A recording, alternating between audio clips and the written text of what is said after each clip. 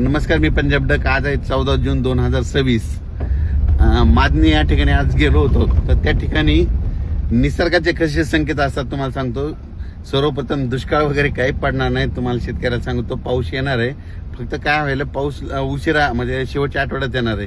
तर आज काय झालं, तिथं मादनी या ठिकाणी सरड्याने एक निसर्गाचा संदेश दिला आहे. ज्या वेळेस सरड्या डोक्यावर लाल कलर करतंय, सरड्यामध्ये शेतकऱ्यांना 10 दिवसांना मान्सून येणार आहे असा अंदाज सरड्या देतोय.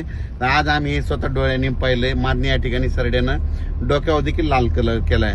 तर म्हणजे 10 दिवसांना मान्सून येणार असा संदेश तिथं मेकर तालुक्यामध्ये मादनी या गावामध्ये आम्ही त्या सरड्या बघितल्या.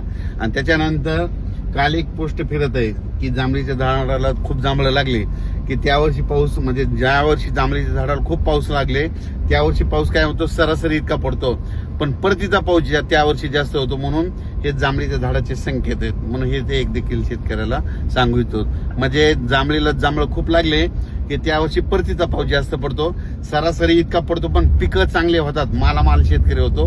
म्हणून जितके जास्त जांभळं लागले तितका शेतकरी मालामाल होणार असा संकेत त्या जांभळाच्या झाडानं दिलेला आहे. एक शेतकऱ्याला सांगतो, दुष्काळ वगैरे काही पडणार नाही, पाऊस येणार आहे. जूनच्या शेवटच्या आठवड्यात पेरण्या लागणार आहेत. म्हणून सर्व शेतकऱ्यांनी लक्षात घ्यायचं आणि आपण आपलं तयारी ठेवायची.